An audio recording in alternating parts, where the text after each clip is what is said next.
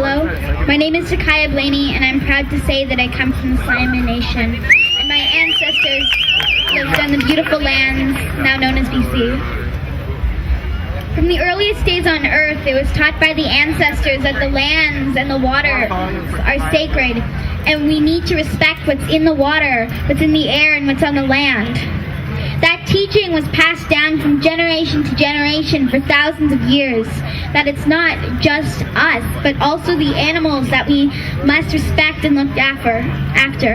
The teachings from our elders that our water is our lifeblood, that we are all connected, and the land and the water and our culture are the green threads and the blue threads and the red threads that are woven together so tightly it's impossible to separate them. And once you do, you have nothing. And so I always grew up listening to the stories of my Kukwa and Chichia, my grandfather and my grandma, telling me about digging clams, telling me about when the tide was out, the table was set, telling me that they depended on the ecosystem for food, for the salmon, because back then it was free. Because back then the salmon were free, the ocean was free, those clams were free. They could dig those clams without giving that clam that they were holding in their hand a second thought and to think, is this clam that I'm holding, will it make me sick, will it give me cancers? And nowadays that's all that I can think about when I stare at the clam beds.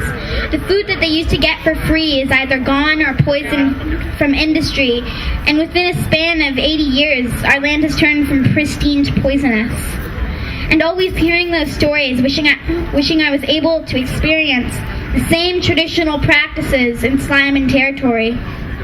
So one day I saw this article in the newspaper talking about an oil pipeline, talking about bringing crude oil from the tar sands and piping that from Bruderheim, Alberta to Kidmat, BC, and bringing the super tankers down the coast, down to California, and down and up to Asian markets. And it just shocked me that the Enbridge Corporation was willing to put at risk the 45 different First Nations cultures, put at risk those sacred headwaters and watersheds that we rely on, and put at risk, the land and the animals and First Nations culture, all for profit.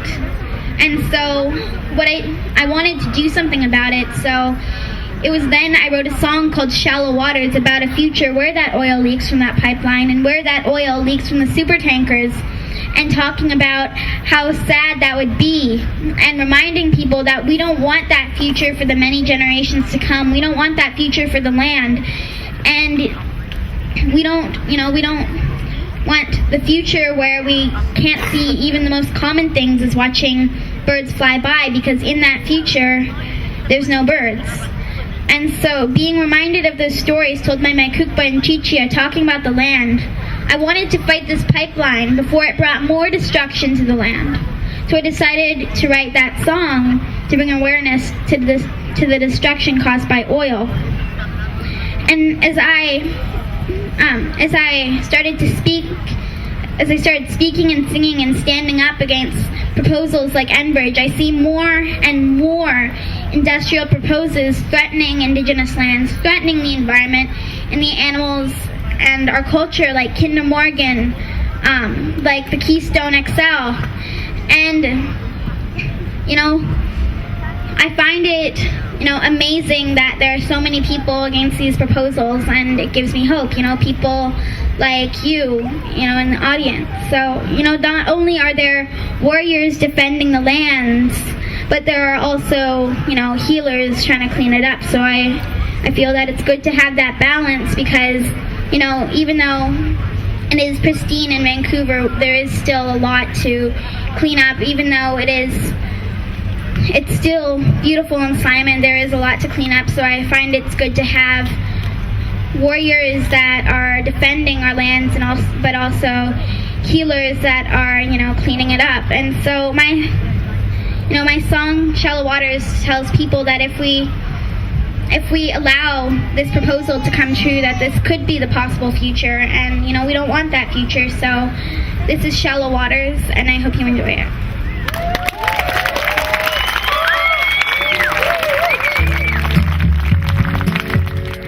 In shallow waters I can't see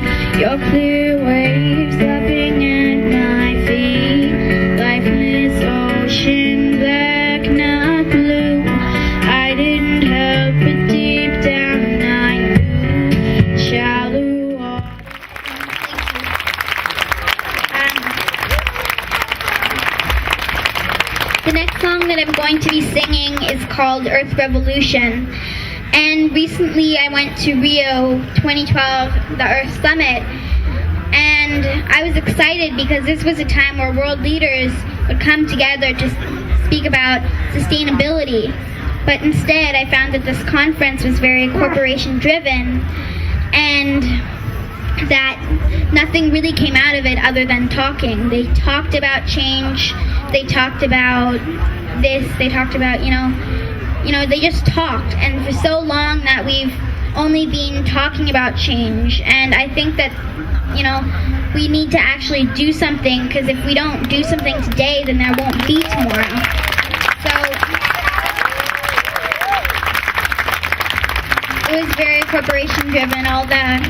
All the sponsors of this were corporations, and they had big black buses that drove these people attending the conference into the UN, and there were these big black buses with big white writing saying Petrobras, which is the #1 Brazilian oil company. So it was very, very corporation driven, and so it was meaningless because they were only talking, right? And so this song that I'm going to be singing is called Earth Revolution. It's about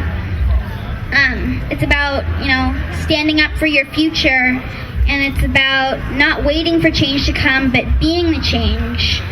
And it's about, children and people my age standing up for their own future, because the corporations and those companies that are mining and oil drilling and developing indigenous land today, they won't be here forever, and they'll one day have to hand down that land to my generation, to the many generations to come, and to the children unborn yet. And what will they give us?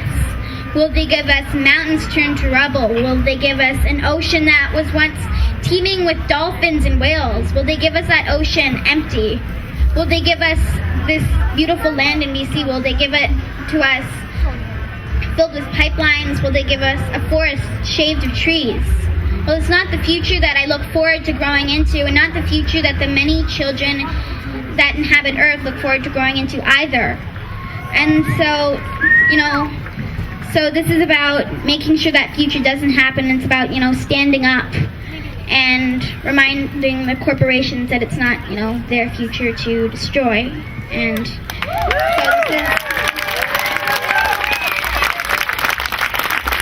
so this is Earth Revolution. I hope that it inspires you, and I hope you enjoy it.